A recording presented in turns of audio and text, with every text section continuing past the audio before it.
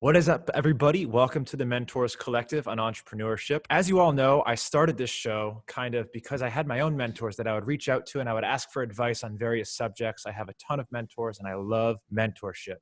So on this episode, I'm going to do something pretty special because in my own business, this is something that I need help with, which is lead generation, sales, profits, and marketing tactics in general. That's an area that I feel like I'm pretty weak in. And our guest today, Tim Fitzpatrick, is an entrepreneur who's been in business for 20 years. He's a marketing specialist. And today we're just going to kind of have a conversation about high quality lead generation, conversions, increasing your profits, and really just the basics and fundamentals of marketing. So Tim, thank you so much for joining me on this episode. I hope we're going to deliver a pack of value to my audience. So again, thank you for coming. Thanks for having me, Jay. I'm super excited to be here, and I'll do my best to give you guys as much value as I possibly can. I've got a good feeling, brother.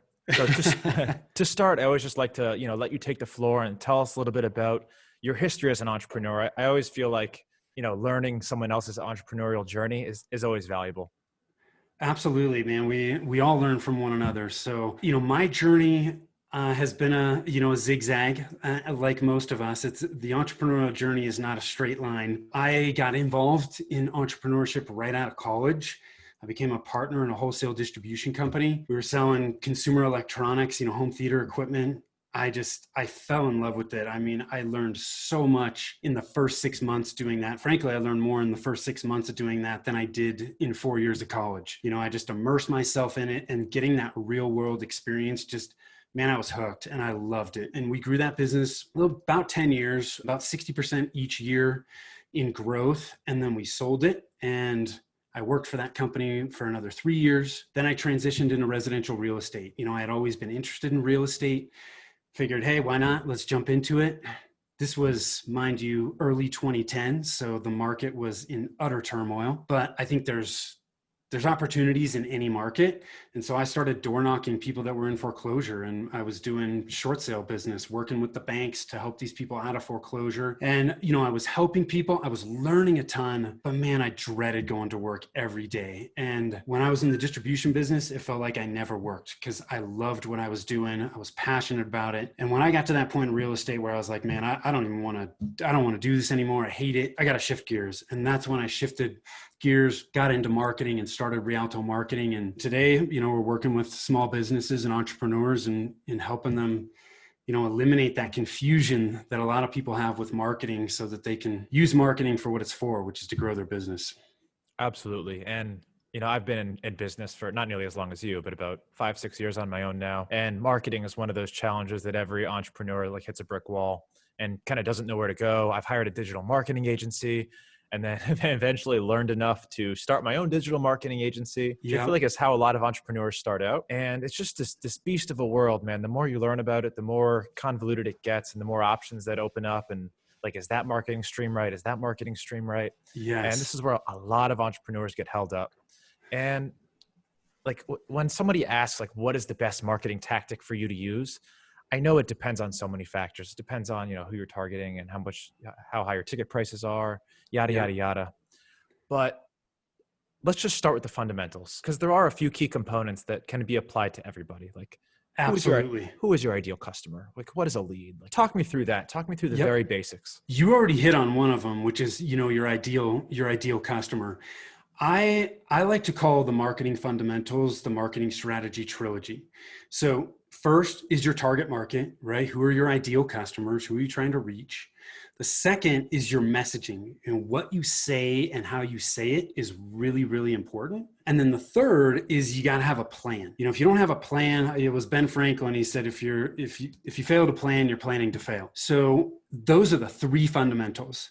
As you pointed out, Jay, the fundamentals in marketing, they don't change. They're the same for every business. I don't care what business you're in. They were the same 25 years ago as they are today, and they're going to be the same 25 years from now. If you skip the fundamentals, you are building a house without a foundation, which is not going to work.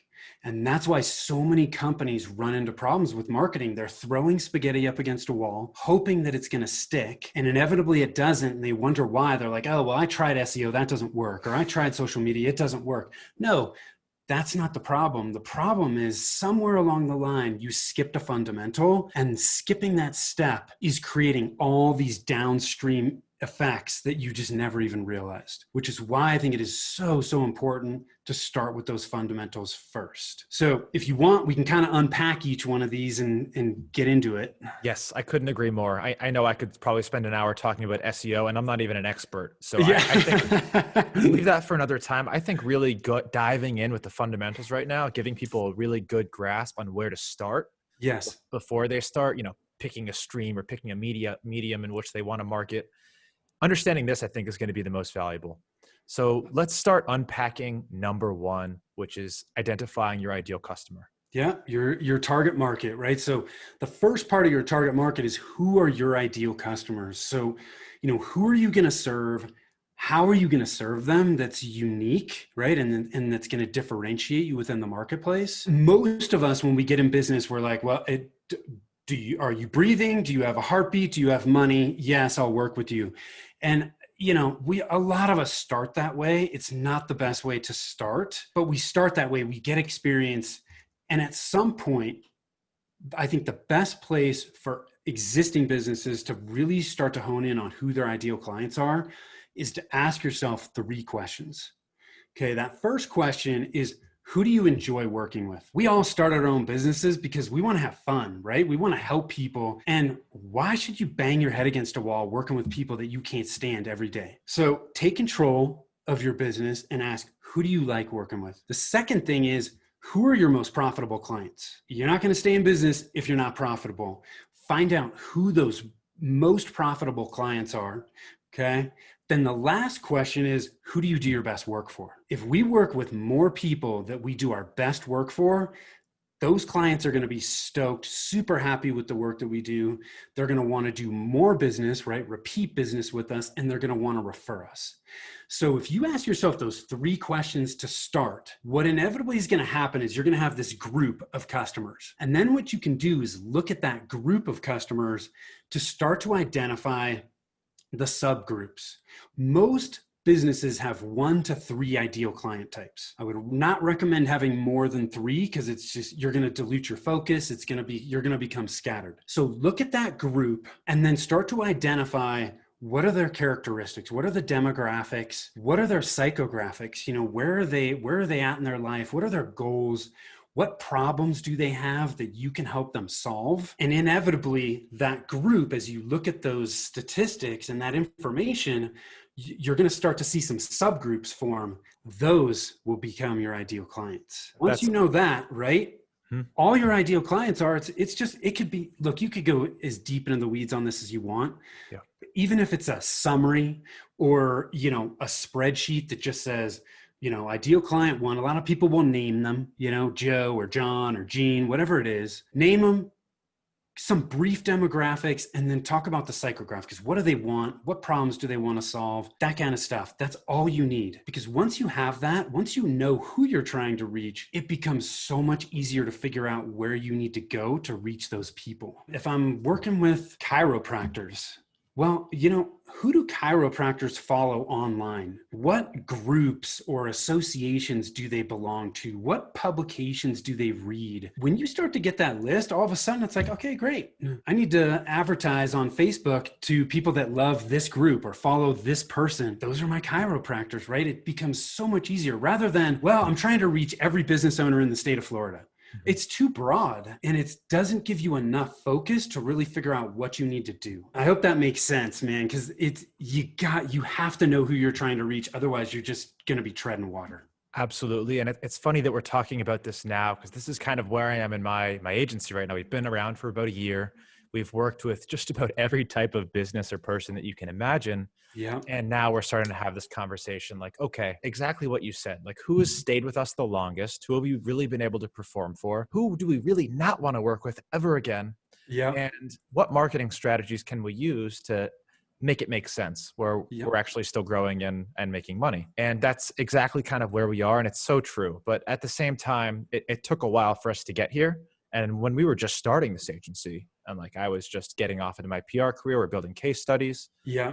had no idea any of the answers to these questions. They're just like, anyone who's willing to work with me, come work with me. And Yep. I'm just going to spray market everywhere. Well, too, Jay, it's like if you're just starting out and you're not quite sure who you want to work for, it's okay. You have to start somewhere. And if you don't have past client information you can pull from, man, there's so much information on the internet. You can pop into groups with the potential target markets that you're looking at and just see, what are people saying? What kind of questions are they asking? Ask them questions. You can always get people in a potential target market on the phone and talk to them. Hey, this is what I'm thinking about doing. Does this make sense to you? Is this something you would find value in?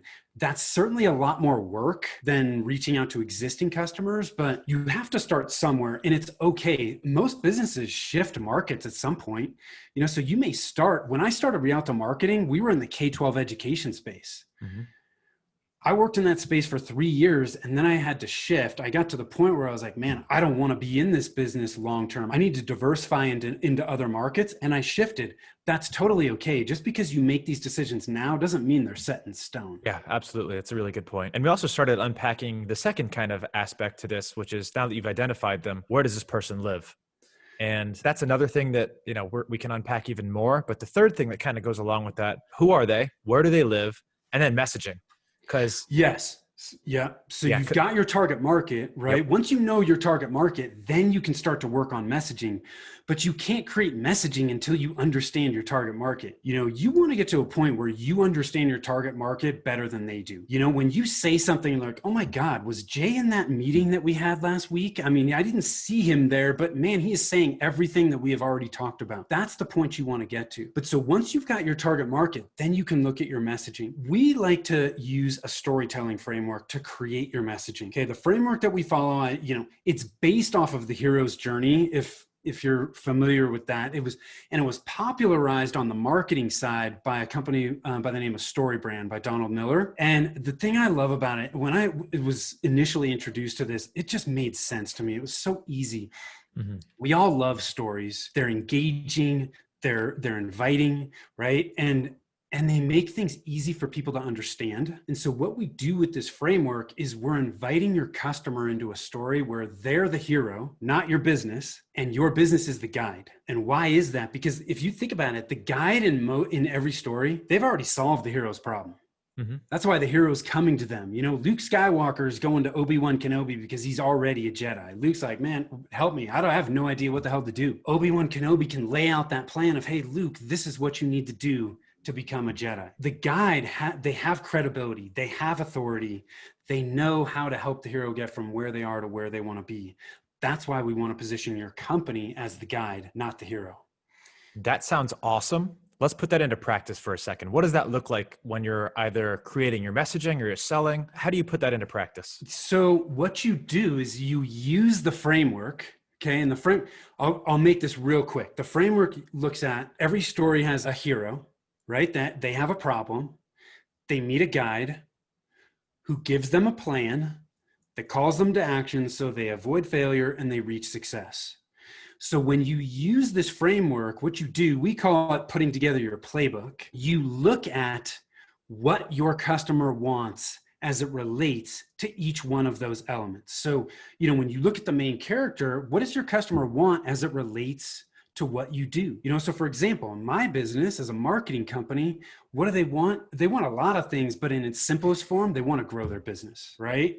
And then they've got a problem, right? The problem is they don't have a plan, right? And the villain that they're battling is confusion. They're confused. When you're confused, it is impossible to create a plan, which is super frustrating. But here's the thing, marketing your business shouldn't be a challenge. You need a plan to put in place, right? So we help clients fill in these different playbook elements with their information that is clear, that's going to resonate with their target market. And then anytime you're going to go create messaging, you go back to that playbook and you pull elements. So if you think of that, each element in that playbook like a chord in a guitar, you don't have an infinite number of chords. Let's say you've got 10 chords. You can still create a ton of music with 10 chords. Same thing here. You can create all kinds of marketing messaging. We're just saying it's not going to be with anything other than one of these 10 elements that's on this playbook. Because what happens is people, when they don't have a playbook to come back to, they say different things all the time and their messaging is not consistent. So people see a different message every time they're exposed to this business and they're like, what the hell do these people do? Last time they said this and now they're saying this. You have to have a clear, consistent message over time. That's what will attract customers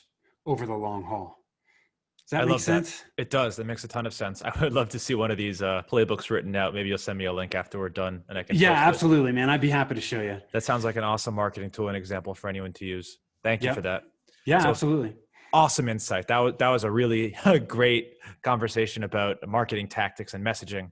Absolutely loved it. Did we hit on all of the major key core principles? You got to have a plan. That's the last part. Having a plan. Again, really sounds great in theory. How do you put together the perfect plan to kick off your marketing campaign? Yep. So I recommend you keep it simple. Okay. Your plan is going to tell you when and what you're going to execute on. Mm-hmm. I like to recommend a 90-day marketing plan because our businesses are changing quickly. And because they're changing, our marketing is evolving with that as well. If you had a 12-month marketing plan in March of this year, you just had to throw it in the fire for most of us, right? Yeah. Business changed dramatically. That's why it's a waste of time. Put together a 90-day plan, 6 steps on this plan. So we're talking a 1 or 2 sheets. That's it. First, your target market, right? So in summary, who are you trying to reach? Second, what's your marketing goal? Keep it specific and measurable. I want to bring on 5 new clients in the next 90 days. Okay, it's specific, it's measurable, I know what my end goal is. The third step is what are my resources and what's my budget? So how much money do I have and how much time do I have or how much time do people on my team have to execute this plan? Super important because if you have a limited amount of resources, you can only bite off so many things in your plan. Otherwise, you're going to bite off more than you can chew, and that's not motivating, right? Fourth step is you got to know where you're currently starting from. So what's my current marketing plan? Now, when I say that, most people probably don't have a current marketing plan. That's okay. What we want to do here is just identify where we're at because we can't figure out what we need to do to get to where we want to be until we know where we're starting from. So I like to recommend people look at 8 channels. One is your fundamentals, right? Your strategy, your target market, and your messaging. If you don't have that dialed in, that's the first place you need to start. Then you've got your website. You've got content, so blogs, videos, podcasts, that type of stuff. Your SEO, you've got social media, email marketing, paid advertising, so Google ads, Facebook ads, and then offline marketing, direct mail, print advertising, networking, those types of things. Just write down what are you doing or what have you done in each of those channels. Mm-hmm. Then the 5th step is what am I going to do for the next 90 days in those channels? If you don't have strategy, you might be focusing on your strategy for the next 90 days. That's okay. That at least keeps you focused so that when you see an email from a guru with the next cool marketing tactic next week, you can look down at your plan and go, nope, it's not on my plan for the next 90 days. It eliminates distraction, which is what slows down a lot of us. Now, let me ask you a question. I actually did an episode on this recently, all of these different marketing channels. They sound intimidating, and a lot of entrepreneurs think that they need to hit all of them. They need to be active in all of them, selling on all of them, have 100,000 followers on Instagram and be doing this and that and that. What is your suggestion on a place to start? Just pick one and master it, or go ahead? Yeah, I think it is going to depend slightly on the type of business you're in. But again, the fundamentals you have to have first, then your website second. Okay, because your website is the most important marketing asset you have. Everything you do is driving people back to that site. If it doesn't have good messaging, it doesn't have good calls to action, it's not clear, anything you do after that is not going to be as effective as it could be. You're flushing money down the toilet. It's like if you're spending money on SEO, driving people back to a website that sucks, you're wasting money. So those are the first few places to start. Then I would tell you, there's some low-hanging fruit for a lot of businesses. Email marketing is very low-hanging fruit. A lot of people don't take advantage of it. It is super inexpensive to do. You need to keep in consistent contact with your existing customer base and your prospects. Email marketing, definitely jump on it, take advantage of it. From there, for people like me, consultants, coaches, professional services where credibility and expertise is super important, content is something that you need to invest in. People hate that because it takes time and or money to do, but you got to do it, and you just have to do it consistently. It's not going to pay off in the short term, but it will in the long term. Yes, that's what we tell a lot of the clients that we work with, are thought leaders, whether they be coaches or consultants. Yep. And it's exactly what we say. The reputation and credibility are everything in that industry. Absolutely. So focusing on content, focusing on PR and media in our case is what we help with. Yep. Booking people on podcasts, just like Yep. you. This is exactly what you should be doing. That's a lot of entrepreneurs probably listening right now, like, oh shit, I like what he has to say. I might hire this marketing guy. That's it. We hope so. But I mean, for somebody like me, going on, if you don't want to produce your own content, being a guest podcaster, it is amazing. It does take a little bit of time. You got to do the outreach. You got to have your pitch down. But I mean, what we're doing right now, this is fun. I love having these conversations. I get to meet new people, make new connections. And over time, that's evergreen content. You get links back to your website, which is good for your SEO in the long run. It is an awesome way to get out and meet people and put content out without having your own show that you got to manage. Couldn't agree more. I not only have my own show, I'm a guest like 3 or 4 times a week. So I'm doing this pretty much every night, and I freaking love it. I love every second of it. Yeah, okay. I totally agree with you, man. It's fun and it's easy. So it is. Other than that, I would say other low-hanging fruit, online reviews. Super low-hanging fruit. I don't care what business you're in. They're more important for local businesses, retail businesses, but even for people like you and I, online reviews are really important. People make buying decisions from online reviews. And if you don't have a lot of reviews, you don't have good reviews, you don't have enough, you may be losing business and you never even know it because those people don't even reach out to you. Absolutely. Couldn't agree more with you on that one. And we actually closed a client like 10 minutes ago because of that. She said, I Googled you guys. I really liked what I saw. I'm like, awesome. And it's way easier than people think to generate those reviews and ask your customers to leave them. And I agree with you. Every business should take that easy win where it's there. Yeah. You just have to be consistent about it. Yep. You have to have a system in place. When am I going to ask for reviews consistently in my sales process? How am I going to make it easy for people to leave reviews? Because if they have to jump through hurdles, it's not going to happen. Just put that in place, and over time, you'll start to grow. I was talking to somebody the other day, and I said, look, he said, what if you're just starting out? Well, you know what? It doesn't even have to be existing customers. When I jump on a podcast as a guest, I actually, if it went well and we jived, I asked the podcast host for a review. I ask referral partners that have referred me business for reviews. So it doesn't always have to be customers. It's just people that have experience working with you and they have something great to say about that interaction. That's all that matters. Exactly. I'm going to ask you for a review after this episode. There you go. Exactly. Okay. So we're both going to do the same thing and we both help each other out, I love it. Absolutely love it. All right, let's jump in real quick and talk about the first thing that you said on your pitch to me, which is how to generate higher quality leads and increase conversions. For a company like myself, we sell pretty high ticket services month to month between $2,000 and $3,500 a month. And identifying the right leads and getting them into our calendar. I mean, the reality is you're not going to close a $3,500 a month sale on a website. Right. Where would you go to prospect those leads? Do you have a favorite prospecting tool? And what does the sales cycle kind of look like there? I mean, it depends a little bit on your business, right? Yeah. But generating higher quality leads and increasing conversions goes back to your target market. If you know who you're trying to reach and your marketing is actively targeting those people that you do great work for, you are naturally going to attract higher quality leads, and you are naturally going to convert more of those leads to customers. So if you're struggling to generate high quality leads and to convert leads, it is most likely a target market issue. You are attracting way too wide of a market, and you need to narrow it down. A lot of people say, well, what God, if I narrow it down, I'm going to lose business. No, it doesn't work that way. Inevitably, what actually happens is the opposite. Most people end up doing more business when they narrow their niche, because their message just resonates so much better with people that they naturally attract those people and they convert those people. Frankly, you don't need to generate more leads if you have better conversions. Yes, that's a golden nugget right there. And I completely agree with you. That's awesome. Yeah. So yeah, the quality of your leads come from where you're marketing, who you're marketing to. Yeah, absolutely.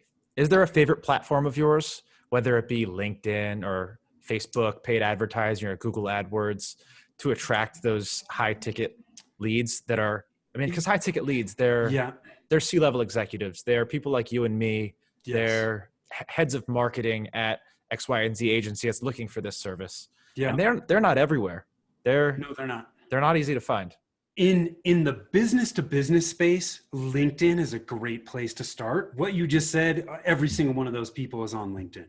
Yeah. So it's an easy place to find those people. I tend to think LinkedIn can get kind of spammy right now. You know, you connect with somebody and then they're just waiting for the shoe to drop to get pitched. And I don't know, you can certainly take that approach, but I tend to take more of a value added approach. If I can get in front of people, add value to them by giving them good content, helping them, at some point that is going to come back to me. But making an initial connection with those people on LinkedIn, I think, is a great place to start. And then from there, again, if you're active on LinkedIn, your status posts, a lot of people post on LinkedIn, but what they don't do, it's social media. You need to get social. So after you've connected with those people, you're putting out good content in your posts, you need to start looking at what are those people posting on LinkedIn, and start to engage with them. That's how you're going to start to get in front of them. Comment on their posts. Hey man, loved what you said. You know, I love this part about what you said, yada, yada, yada. Start to get a conversation going. And because if they see you consistently liking their stuff, posting, that's an easy way to stay in front of them. And at some point they might go, gosh, this Jay is like all over the place, man. He's commenting on my stuff. Who is he? And then they check out your stuff. Then it comes back to your messaging, right? Because they read what's on your LinkedIn profile. What does it say? Does it resonate with them? And all of a sudden they're like, oh man,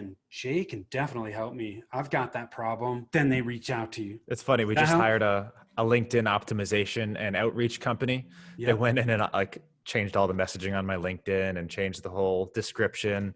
And we're going to be doing I don't want to call it spamming, but like connecting and then offering to get on a call with our team.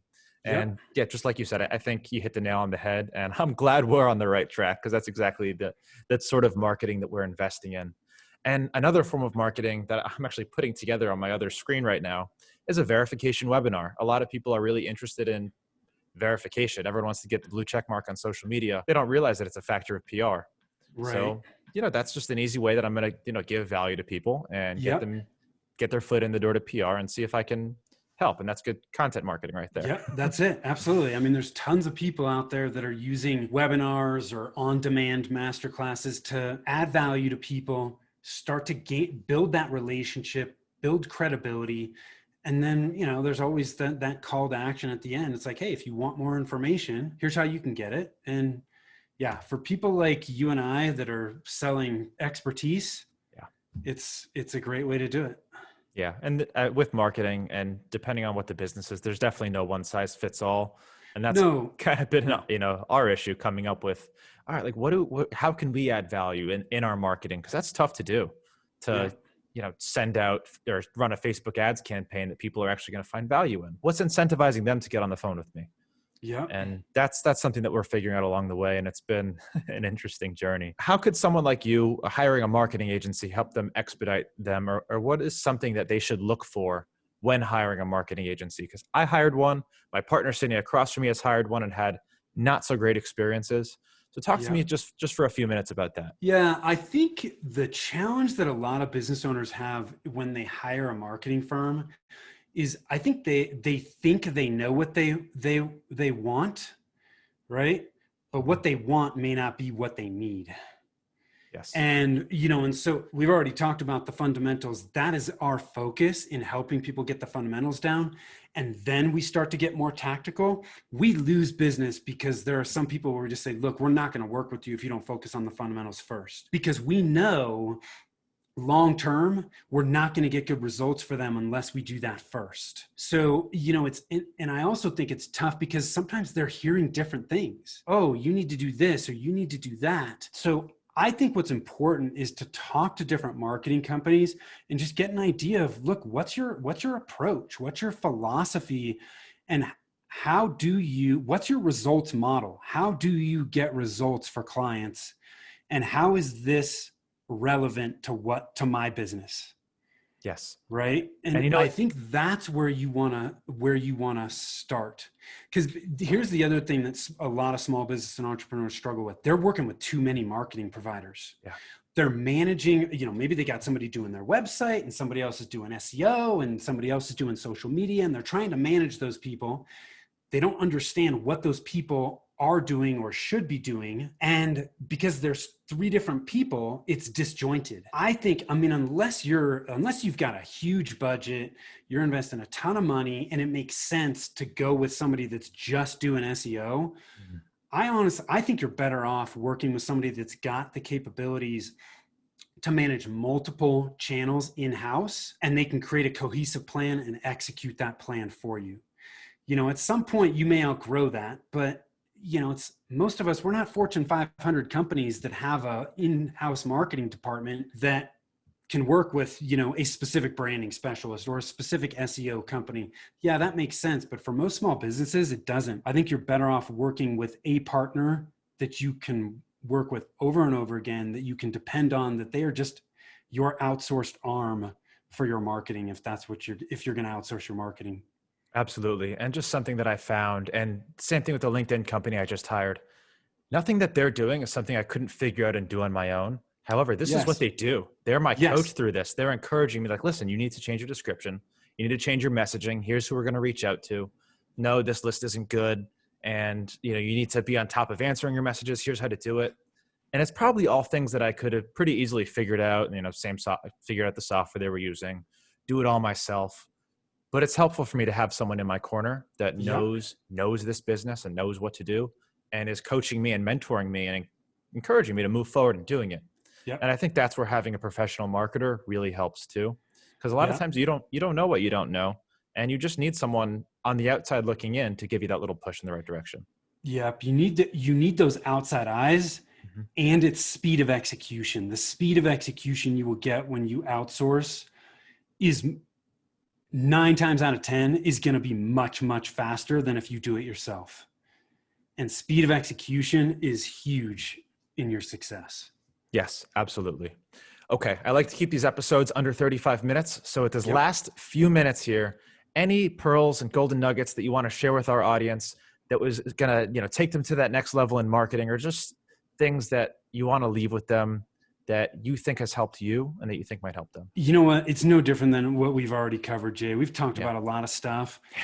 I would just say, do not discount the fundamentals. If you skip the fundamentals, you are going to run into problems at some point. You're going to waste money. And I don't want that for anybody. Do the fundamentals first. Take the time to do it. Most people are impatient. I know I need to do SEO right now. No, take the time. You will be so much better off in the long run if you take the time to get those fundamentals in place first. Well, there's a quote from Michael Jordan: get the fundamentals down and the level of everything you do will rise. There's nothing else to say. Do the fundamentals first, then you can start to get tactical from there. So absolutely, I hope that helps. It does. And for other entrepreneurs listening, I've been through everything that he's saying. I've done the spray and pray marketing, and it is miserable out there. Let me tell you, when you're working with people who are not in your target ideal client group that you maybe can't perform for, no one is going to be happy. Your client's not going to be happy. You're not going to be happy. And the marketing isn't going to be good. And the service isn't going to be what you want it to be. So really do take the time to not only just think about this, but write it down and implement it. Thank you so much for all of that knowledge, Tim. If anyone wants to find you, get in touch with you, maybe even work with your agency, where can they find you? What's the best place to connect? Yeah, best place to connect is our website, which is Rialto Marketing. So it's RIALTO marketing.com. I also put together some resources just for your Mentors Collective listeners. So if they go to rialtomarketing.com/mentors-collective-entrepreneurs, there's some of the fundamental resources there that they can take a look at to help them dig a little bit deeper. So yeah, it's the easiest place to find me, man. And I appreciate you having me. Thank you so much for doing that for my audience. That's amazing. And I'll link all of that in the show notes. So anyone who wants to find it and go over there, it'll just be a click away. Everybody, thank you so much for tuning into this episode of the Mentors Collective. If you loved it, you found some value, even a little bit, please take a screenshot, post it on your social media, tag me, I'll repost you, I'll get you a t-shirt. And thank you so much for listening. I really appreciate it. And until next time, guys, good luck with your business.